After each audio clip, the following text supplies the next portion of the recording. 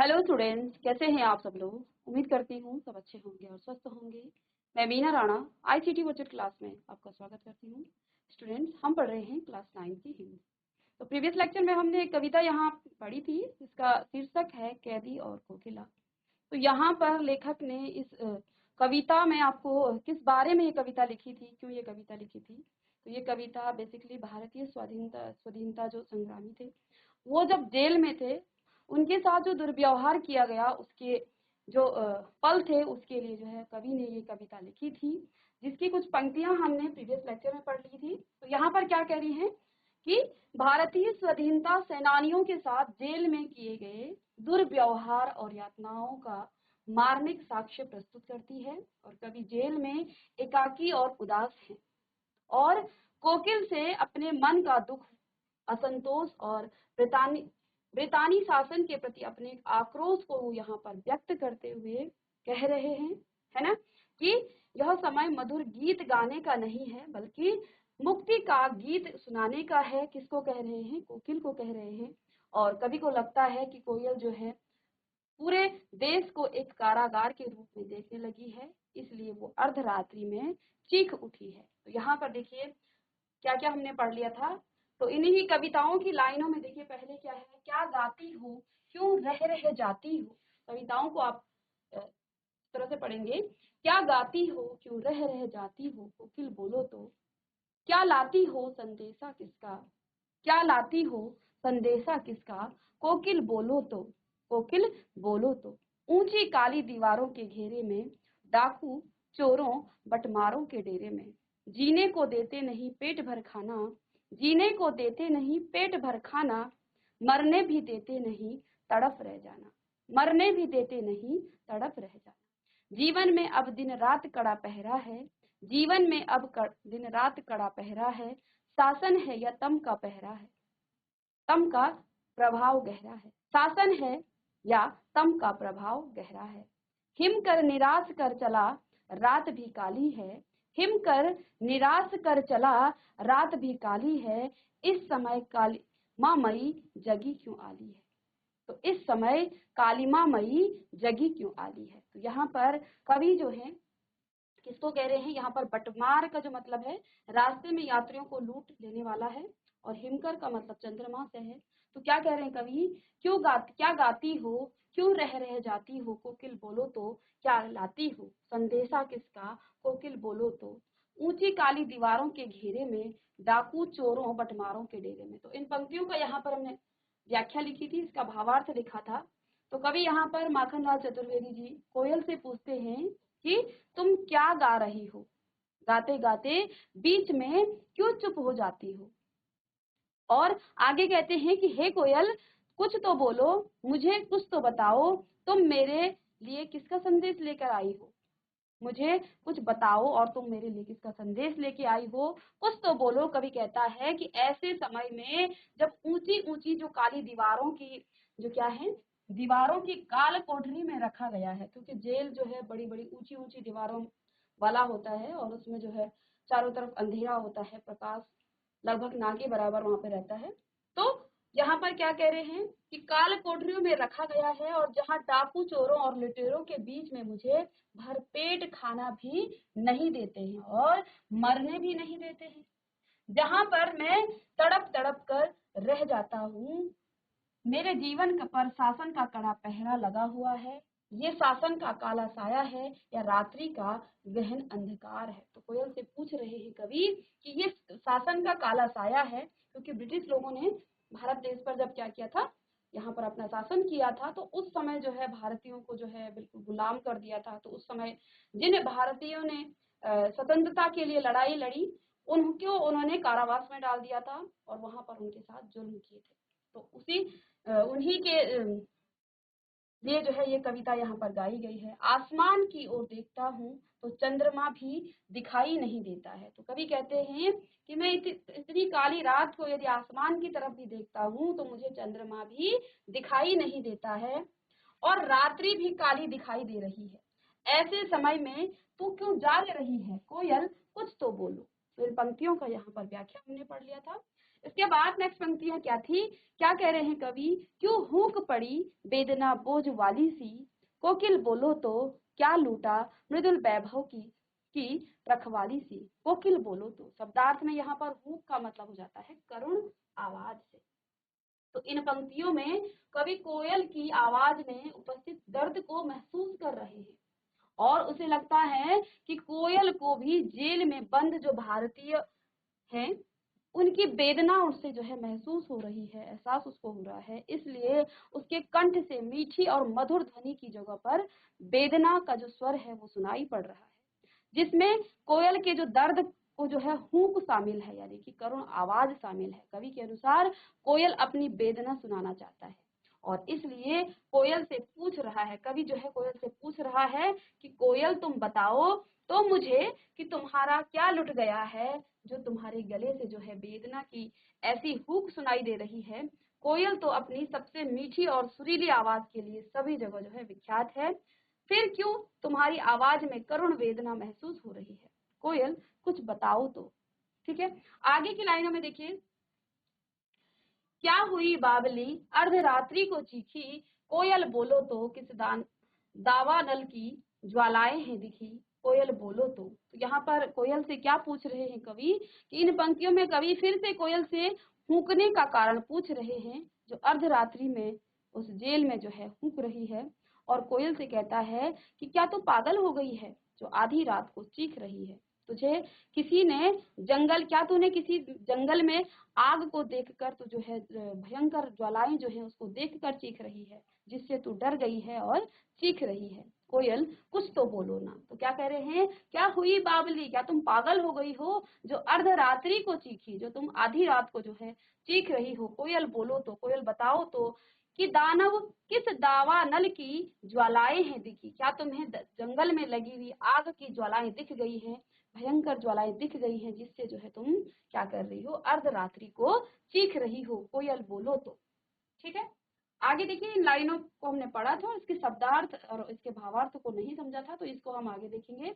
क्या देख न सकती जंजीरों का गहना, क्या देख न सकती जंजीरों का गहना, हथकड़ियां क्यों यह ब्रिटिश राज का गहना, कोल्हू का चर्रक चू जीवन की तान, गिट्टी पर उंगलियों ने लिखे गान, कोल्हू का चर्रक चू जीवन की तान, गिट्टी पर उंगलियों ने लिखे गान, हूँ मोट खींचता लगा पेट पर जुआ, हूँ मोट खींचता लगा पेट पर जुआ, खाली करता है ब्रिटिश अकड़ का कुआं, खाली करता है ब्रिटिश अकड़ का कुआं। दिन में करुणा क्यों जगे रुलाने वाली, दिन में करुणा क्यों जगे रुलाने वाली, इसलिए रात में गजब ढा रही आली, इस शांत समय में अंधकार को बेध रो रही हो क्यों, रो रही क्यों हो, कोकिल बोलो तो चुपचाप मधुर विद्रोह बीज इस भांति बो रही क्यों हो, कोकिल बोलो तो इसके भावार्थ को देखिए आगे यहाँ पर। तो यहाँ पर कवि क्या कह रहे थे कि इन पंक्तियों में कवि ने जो है कोयल से कहता है कि क्या तुम मेरे हाथों में पड़ी इन लोहे की जंजीरों को नहीं देख पा रही हो, ये मेरे हाथों में बंधी जंजीरें नहीं, ये तो ब्रिटिश राज के द्वारा मुझे पहनाए गए गहने हैं। क्या है, ब्रिटिश राज द्वारा मुझे पहनाए गए गहने हैं, अर्थात स्वतंत्रता सेनानियों के लिए लोहे की जंजीरें जो हैं किसी गहने से कम नहीं है।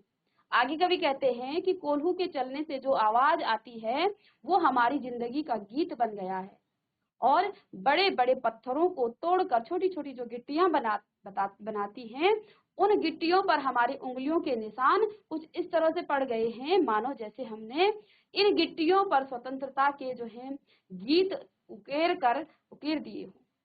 हम अपने पेट पर जुआ बांध कर क्या कर रहे हैं, मोट यानी कि चमड़े का जो थैला होता है उसको, जिसमें कुएं में क्या किया जाता है, डालकर पानी निकाला जाता है, से पानी निकालकर ब्रिटिश राज की अकड़ का जो कुआं है उसे धीरे धीरे खाली कर रहे हैं, यानी कि वे भले ही हम पर कितना ही अत्याचार क्यों न करने, लेकिन वो हमें जो है तोड़ नहीं सकते हैं, और ना ही हमारे अंदर की जो देशभक्ति की भावना है उसको कम कर सकते हैं, और धीरे धीरे ही सही लेकिन एक दिन जो है अंग्रेजी जो है शासन को वो जो है उखाड़ देंगे।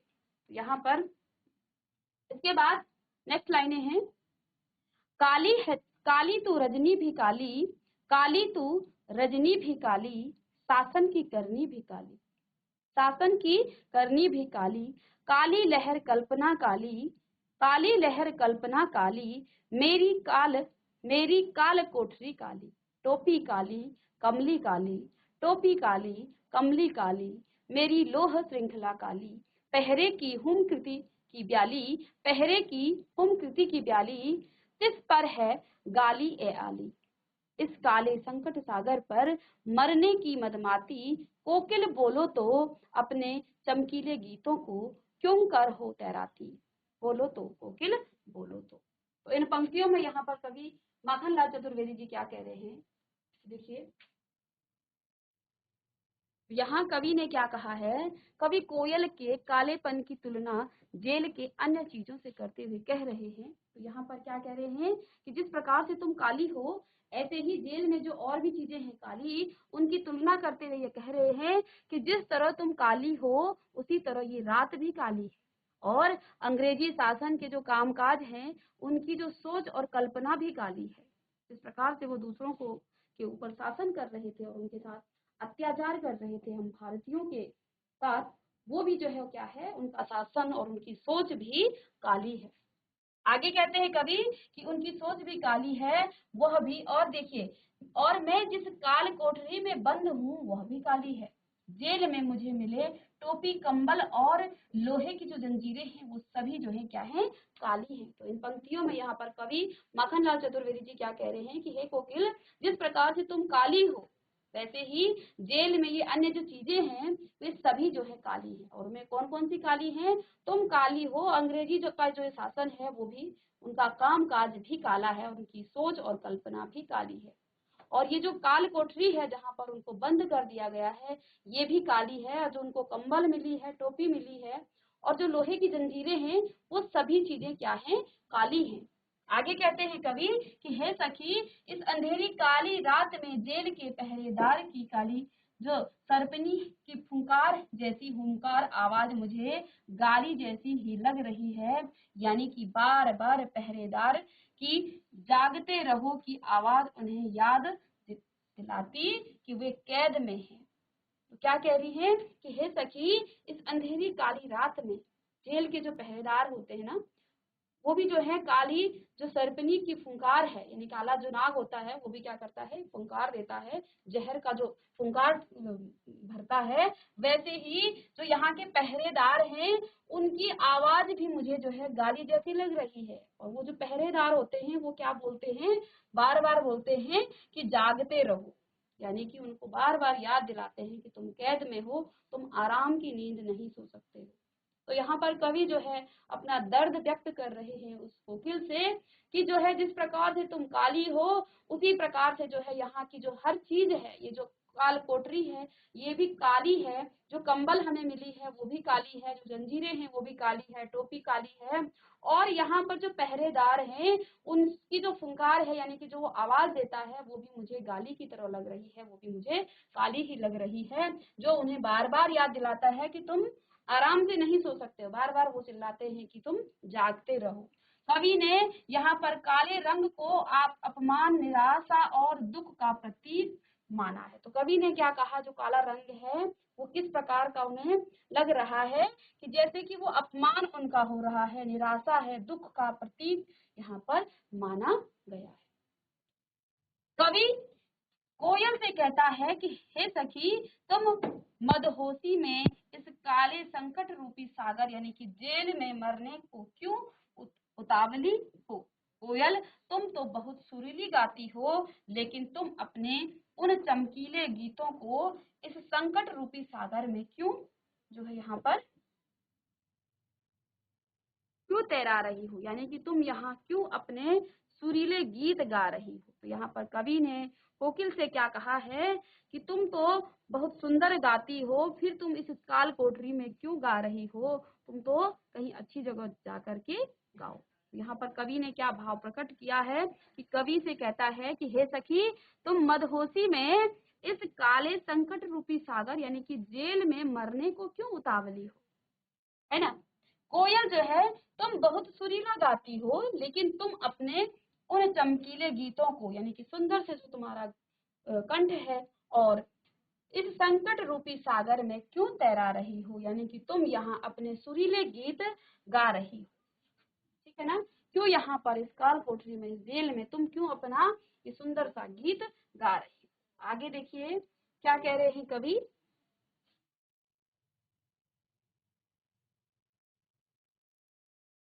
आगे की लाइनों में कवि ने कहा कि तुझे मिली हरियाली डाली, तुझे मिली हरियाली डाली, मुझे नसीब कोठरी काली, मुझे नसीब कोठरी काली, तुझे मिली हरियाली डाली, मुझे मिली नसीब, मुझे नसीब कोठरी काली, तेरा नभ भर में संचार, तेरा नभ भर में संचार, मेरा 10 फुट का संसार, तेरा नभ भर में संसार और मेरा 10 फुट का संसार, तेरे गीत कहावे वाह, में रोना भी है मुझे गुनाह।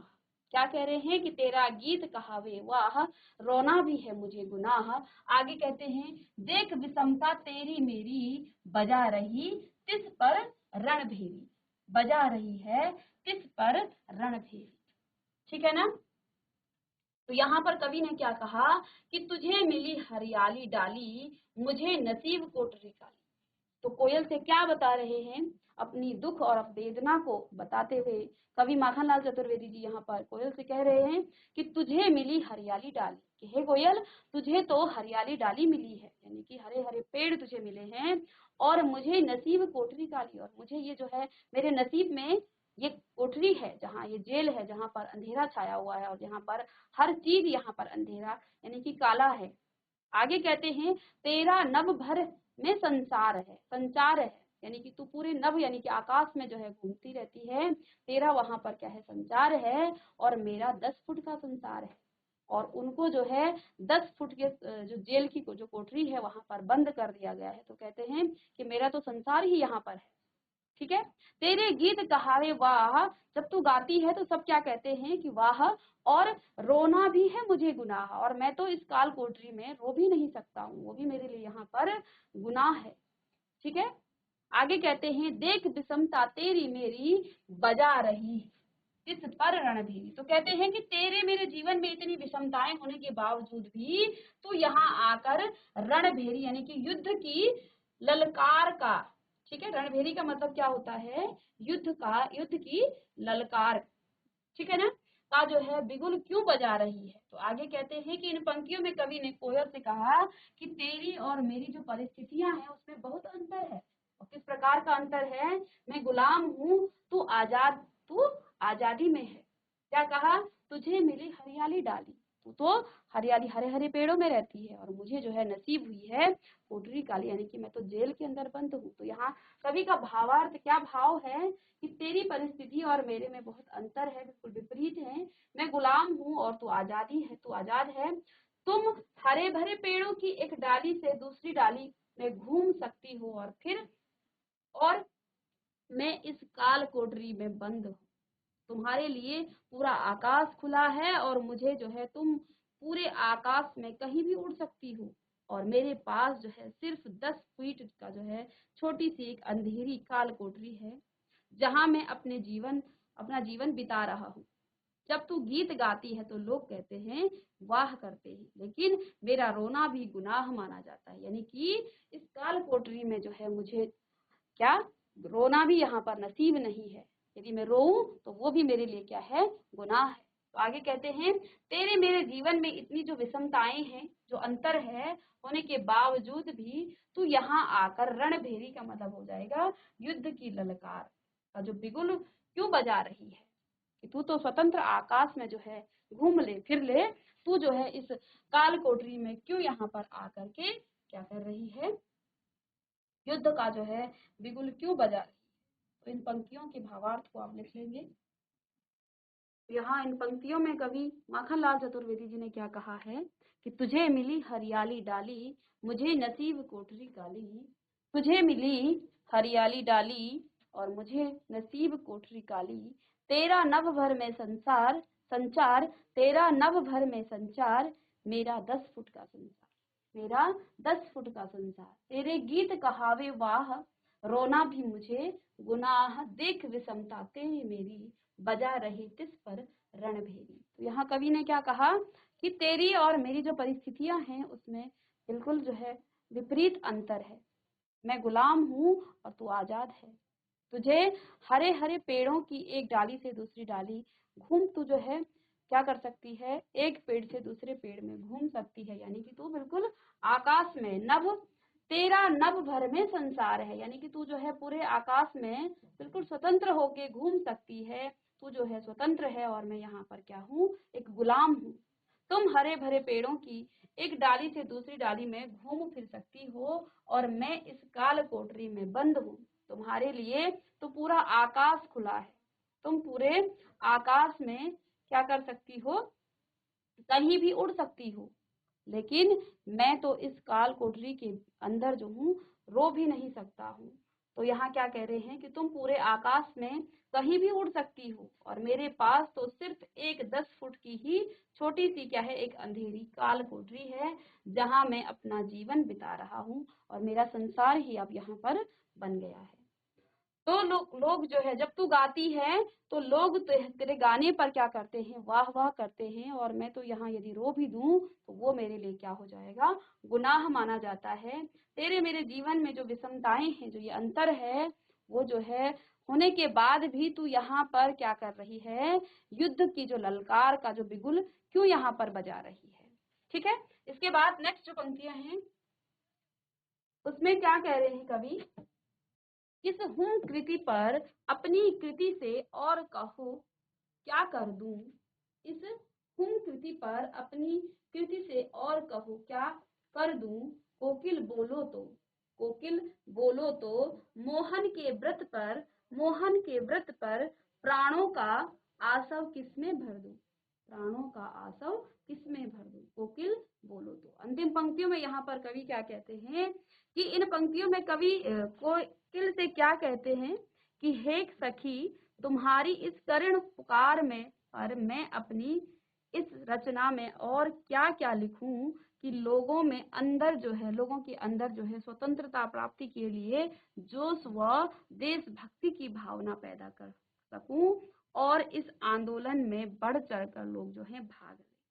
तो यहाँ पर कवि क्या कह रहे हैं कि हे कोयल, मैं तुम्हारी इस करुण पुकार पर जो है मैं और इतनी रचना में, क्योंकि उन्होंने जो ये कविता लिखी है तो उस कविता में कह रहे हैं कि मैं और क्या लिख दूं कि लोगों के अंदर स्वतंत्रता के प्रति जो है क्या अपनी देशभक्ति की भावना जो है पैदा हो जाए। ठीक है, तो जो है लोग क्या करें, इस आंदोलन में बढ़ चढ़कर भाग लें और अंग्रेजों का जो शासन है उसको उखाड़ दें। अंत में कवि ने क्या कहा है कि हे मोहन, यानी कि मोहनदास करमचंद गांधी ने जो भारत माता की स्वतंत्रता के लिए को स्वतंत्र करने का जो व्रत लिया था, उस व्रत के लिए मैं अपनी कविताओं से किसके प्राणों में अमृत भर दूं। यानी कि मैं अपनी कविताओं के माध्यम से लोगों के अंदर ऐसा जोश भर दूं कि वे जो है इस आंदोलन में अपने प्राणों की जो आहुति देने को भी तैयार हो जाए। तो देशभक्ति के लिए माखनलाल चतुर्वेदी जी ने ये कविता लिखी थी। और अंतिम पंक्तियों में वो क्या कह रहे हैं कि हे कोयल, मैं तुम्हारी इस करुण वेदना पर और आगे क्या लिखूं, अपनी रचना में मैं आगे और क्या लिखूं जिससे हमारे देश के जो लोग हैं उनके अंदर स्वतंत्रता के प्रति, अपने देशभक्ति के प्रति जो है भावना पैदा हो जाए और लोग जो है इस आंदोलन में सभी लोग इसमें बढ़ चढ़कर भाग दें। ठीक है, क्योंकि जब ये आंदोलन हुए थे शुरुआती में लोगों ने इतना बढ़ चढ़कर इसमें भाग नहीं दिया था, जिससे अंग्रेजी शासकों ने उनको क्या कर दिया था, दबा दिया था, किसी को जेल में डाला, किसी पर लाठी चार्ज किया और लोगों को डराने और धमकाने की कोशिश की थी। हमारे देश में जो लोग थे वो डरते थे अंग्रेजी शासकों से और लोग इसमें जो है भाग नहीं लिया करते थे शुरू में। और जो है अंत में कवि यहाँ पर क्या कह रहे हैं कि जो मोहनदास करमचंद गांधी जी ने जो क्या किया था, भारत माता को स्वतंत्र करने का व्रत लिया था, उस व्रत के लिए यानी कि भारत को स्वतंत्र करने के लिए मैं और अपनी रचना में क्या लिखूं कि लोग जो है करने का जो व्रत लिया था उस व्रत के लिए मैं अपनी कविताओं से किसके प्राणों में जो है अमृत भर दूं। यानी मैं अपनी कविताओं के माध्यम से लोगों के अंदर ऐसा जोश क्या मैं लिखूं कि लोगों के अंदर देशभक्ति के प्रति क्या हो जाए, एक जोश उत्पन्न हो जाए और लोग सभी लोग जो है आंदोलन में इस आंदोलन में अपने प्राणों की आहुति, क्योंकि वहां पर प्राणों की जो है कभी भी हमें बलि देनी पड़ सकती थी। अंग्रेज शासक जो ज्यादा बोलता था उनका सर काट देते थे या उनको कैद में डाल देते थे। तो यहाँ पर कवि ने क्या कहा है कि हे कोकिल, अब अंत में जो है मैं अपनी कविताओं में क्या कह रहा हूँ कि अब मैं इसमें और क्या लिखूं जिससे लोग जो है इस स्वतंत्रता जो आंदोलन है उसमें बढ़ चढ़ कर भाग ले। ठीक है, तो ये थी माखनलाल चतुर्वेदी जी की कविता। और इस कविता में कैदी और कोकिल, कैदी जो है कोकिल से क्या कह रहा है कि तुम जो हो क्या करो, मैं और इसमें क्या लिखूं। तो इन पंक्तियों को हमने पढ़ा, इसके एक शब्दार्थ भी हमने देखे और भावार्थ भी देखे, तो इनको आप जल्दी से नोट डाउन कर लीजिए। इसी के साथ ये जो आपकी कविता है ये आपकी खत्म हो गई है। नेक्स्ट क्लास में हम इसके प्रश्न उत्तर करेंगे, इसके भावार्थ को लिख लेंगे आप। तो स्टूडेंट्स, इसी के साथ ये कविता आपकी खत्म होती है। और ये स्वतंत्रता के लिए एक कविता लिखी गई थी माखनलाल चतुर्वेदी जी ने, कैदी और कोकिल। तो इसी को जो नेक्स्ट क्वेश्चन है उसको हम नेक्स्ट लेक्चर में करेंगे। मिलते हैं नेक्स्ट लेक्चर में, तब तक के लिए थैंक यू।